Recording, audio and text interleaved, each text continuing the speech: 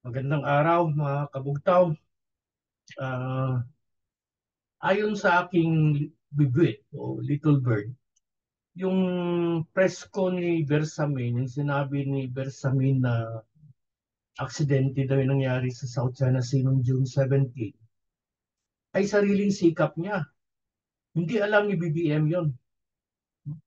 Maybe Bersamin is sensible enough na gusto niya ma-de-escalate ang situation kasi patindi ng patindi ang tension, nagsariling sikap at nag-press conference. Eh siyempre, coming from the executive secretary, the little president, it carried a lot of weight. Pero hindi pala alam ni BBM yon. Eh, gano'n naman talaga, parang wala siyang alam sa nangyayari. Malamang yung ginawa ni Gibo sa ni Anyo na kinontran nila si Bersamin. Imagine si Bersamin ang chairman ng National Maritime Council. Member lang si Gibo at si Anyo. Kinontra pa nila si Bersamin. Sabi nila hindi daw accident yun but aggressive move of China. Tinawag pang ang piracy ni Browner. Malamang ito yung ginawa ni Gibo at ni Anyo, sariling sikap din nila. Hindi rin alam ni BBM. Eh kung ganyan pala, who is in control? Ha? Sino nagpapatakbo ng bayan? Alam mo ako, matagal din ako sa gobyerno eh. Alam mo, pag weak ang leadership, kanya-kanyang brasuhan yan eh. Ang sekretaryo na magaling mambraso, malakas ang mambraso, alpha, medyo bully, siyang mananaig. Ganun yun. No? Talagang brasuhan yan. Kasi walang central control, walang central authority. Eh ano mangyayari sa bansa at saka anong implications nito if the president is not in control of his government, of his cabinet? No? Anong international implication? Nakakaya sa ibang bansa. Ano ba yung Pilipinas na yan? Ibang sinasabi ng executive secretary na pinakamataas sa lahat ng mga secretary. Iba rin sinasabi ng Secretary of National Defense at ng National Security Advisor and their choir. No? Kung ako yung ASEAN, mga bansa sa ASEAN, either matawa ako, magtaka ako, o matakot ako. Matakot kasi magnet ang lumalabas diyan, magnet dahil sa disorganized ang Pilipinas ay naging magnet ng giyera. Uh, Napanood ko, kararating lang daw ng 20,000 troops, US troops and British troops, no? Plus their equipment. Nako, ano ba yan? Magkakagera na ba? No? Anong end game nito? Ha? Siyempre, may mga haka-haka at saka may maraming gusto kasi ako personally nakikita ko lang solusyon dito na hindi matuloy ang gera ay mapatalsik si BBM at take over si Sara at ipagpatuloy niya yung independent foreign policy ng tatay niya. No? I hope yung pagka-anti-American runs in the Duterte's blood. I'm sure naman kasi biktima yung Davao noon eh, yung binomba noon ng CIA tapos pinatakas yung CIA kaya nga galit na galit si Digong sa Kano, galit na galit si Digong sa CIA, no? Pero may chance kaya na mapatalsik si BBM. Kung tingnan natin ang dalawang events na kung saan patalsik natin ang presidente, si Marcos sa si Era, lahat yan, nasa likod nun ay ang Kano. No? Tulad ni FM. Kasi gano'n naman ang Kano eh. Pag nawala na ng popular support ang puppet nila, they withdraw. Nakita natin yan sa Xiaobiran, nakita natin yan kay Somoza, no? Ng Nicaragua ba si Somoza or El Salvador? No? Bibitawan nila yan. At saka besides, si Marcos Sr., no? nung nung panahon niya, especially during his last years, he was going towards the right direction. Yung alternative power sources, geothermal, hydroelectric, solar. Kaya nga nagalit sa kanya yung kabal sa Amerika eh. Kasi gusto nila maging dependent pa rin tayo sa oil import. No? Na kontrolado nila ang presyo, manipulado nila ang presyo at ang kalakalan sa merkado. No? Imagine, Pilipinas, napakayaman sa semento, pero karamihan sa mga daan natin ay asfalto kasi yung asfalto imported. Crude base yun eh. No? Dependent pa rin tayo, kaya tanggal siya. Si Erap naman, sinabihan na siya ng kano. Kahit si Clinton, nung bumisita siya na wag tirahin yung MILF, tinira niya pa rin. Kaya, ayun. No? Kasi pag hindi ka sumunod sa kagustuhan ng kano, talagang talsik ka. May nakikita ba akong posibilidad ngayon ng coup? Ah, medyo malabo eh kasi ang armed forces natin kontrolado ng kano, no? Um, and may mga intel ako na hati ang armed forces kasi maraming galit kay BBM sa armed forces. No? Pero ang stand nila, we either move as one or we do not move at all. No? Kasi alam nila, marami na kasi nasunog tulad ng 89 kudita, muntik na sana matanggal si Cory, kaya lang nag-flyby yung F4 Phantom ng Kano eh. Kaya yun, hindi nagtagumpay yung coup nila noong 1989 kasi humingi si Cory ng tulong kay 89 Reagan ba yun o si Bush, presidente noon. At that time hati din ang US eh. At the time, Pentagon was supporting Gringo whereas the White House was supporting Cory. So kung walang bendisyon ng Kano, malabo na magkakaku. Unless the people themselves will move, no? Talagang they will, like the storming of the Bastille, they will storm Malacanang, tao.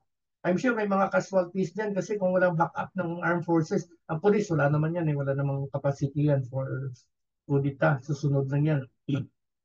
Magkakaroon ng barilan dyan. No? Unless the people, pero pag nangyari dyan, mapapamukha din sa armed forces that they have become irrelevant ang tao rin. Pero I doubt that also given the Filipino values. No? Idya-idya, aho-aho eh, pa rin ang values. May mga narinig ako, mga simbahan daw nag-a-align na, lalo na yung simbahan Katoliko, pero parang may pumipigil sa kanila kasi yung simbahan Katoliko, kontrolado yan ng Vatican eh. Nung 89 no, 86 kudita, no? Nung nananawagan si Cardinal Sin, suportahan sina Ramos sa si Ingrile sa mga kasandaluhan, tinawagan siya ng Papal Nuncio. At that time ay ata si Cardinal Bruno Torpigliani na utos daw ng Santo Papa na huwag makialam, stand down. Pero hindi nakinig si Cardinal Sin sa Nuncio, tinuloy niya pa rin. Pagkatapos ng EDSA Revolution, bumisita si Cardinal Sin sa Roma at sinabi niya kay Pope John Paul II, si Pope John Paul II pa noon eh, na I'm sorry, hindi ko sinunod yung utos mo. Nabigla si John Paul. Sabi niya, hindi ko inutos yun na mag-stand up. I never gave the order. Sa nunsyo lang pala yun. No? Kaya pahiya si Torpigliani nun. Pero nonetheless, tingnan natin kung ano mangyari dito. Pero as of now, wala akong nakikitang movement ng simbahan Katoliko. INC, posible pa ang Iglesia ni Cristo kasi may mga naririnig din akong ugong dyan. Saka siyempre yung Kingdom of Jesus Christ ni Kibuloy and several Protestant groups. Kung ayaw gumalaw ng military, tao mismo ang gagalaw. Pero kung hindi gumalaw ang tao, well, ang endgame dito, nga, wala mangyari sa Pilipinas. Kasi sigurado kahit gumalaw ang military, baka mag-intervene yung US troops, which is a violation of the sovereignty of the Philippines. Kasi ayaw nga ng Kano matanggal si BBM kasi hawak na nila sa bayag. Eh. Hawak na nila sa leeg. No? Pero as of now, wala akong nakitang posibilidad ng coup. So posibleng tumagal si BBM. As of now, wala akong nakitang posibilidad ng mass action yung mga tao mismo maglabasan sa kalye and they will storm Malacanang. Wala akong nakitang posibilidad. Milagro na lang siguro ang makapagsalba sa Pilipinas. Or else, sabi nga ni Digong, no, pag hindi tayo namulat sa galaw ng Amerikano, ang Pilipinas ay magiging isang malaking graveyard, no? Libingan, karamihang Pilipino. Nakakalungkot pero I think si Kennedy ata nagsabi no na we deserve the government that we have unless gumalaw tayo. Um, Yan ang nakikita ko senaryo ngayon. Una, may disconnect sa gobyerno. The president is not in control. Isa sa mga casualty din, siyempre, ekonomiya kasi kanya-kanyang nakawan, kanya-kanyang illegal na smuggling, kanya-kanyang grasuhan sa ekonomiya, kanya-kanyang bigay ng pabor sa mga oligarko. Oh. Pangalawa, hati ang armed forces. Pangatlo, ang tao karamihan tulog pa rin at naniniwala pa rin sa propaganda ng Amerikano na atin ang West Philippine Sea. Sabi nga ni Elmer Hugalbot, kung talagang atin yan, kung talagang may West Philippine Sea. Although matagal ko na sinasabi yan, it does not exist. Maraming Pilipino na marino. Tanungin niyo sila sa chart nila sa barko, navigational chart kung may West Philippine Sea dyan, wala. Paano maging atin yung hindi sa atin? So yan yung tatlong senaryo. Disconnect, military, hati, mga tao, tulog, hindi posible mass action. Ang resulta dyan, nga maaaring tama si Presidente Digon na maging graveyard tayo. Gusto kong tapusin to sa isang kwento. Ilang beses ko na itong kinuwento sa mga past vlogs ko, naikwento ko na to, no? Pero uulitin ko lang na kasi ganito talaga ang sitwasyon ng Pilipinas nga. Nung isa sa mga napakagandang short story na nabasa ko nung high school ako, yung The World as It Goes ni Francois Voltaire.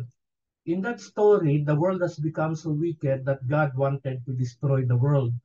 But before destroying the world, he sent an angel to make a probe.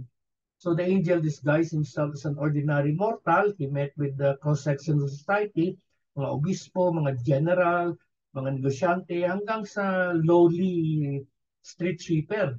No? Lahat nakisalamuha siya. After the probe, when the angel went back to God, the recommendation of the angel was, don't destroy them. They will just destroy themselves. Kaya nga, the world as it goes. No? They have become so wicked that they will just destroy themselves. Tama rin yung sinaunang Gregong pilosopo si Heraclitus that man's character is his fate. Pwede rin natin i-apply yun sa lipunan. That a country's character, yung kanya-kanya, walang pakialam, is its fate also. No? Kung anong kaugalian, anong galaw ng katauhan dyan sa lipunan na yan, ay siya rin kapalaran nila. Kaya nakakalungkot, pero minsan sinasabi ko nga baka kailangan ng Great Reset. No? Pero kawawa, lalo na mga bata, no? At saka mga may sakit. At syempre, pag may giyera, no rules yan, anything goes. No? So, umaasa pa rin ako. Hindi ako reliyosong tao, pero the universe once in a while makes miracles. Ano? Pero may kasabihan din na sa Diyos. Itong kasi yung nangyayari nga sa simbahan, puro pray-pray. May kasabihan na sa Diyos ang awa, na sa tao ang gawa. Kung hindi tayo gumalaw, ang nangyari sa atin, nga. So, good luck, Pilipinas.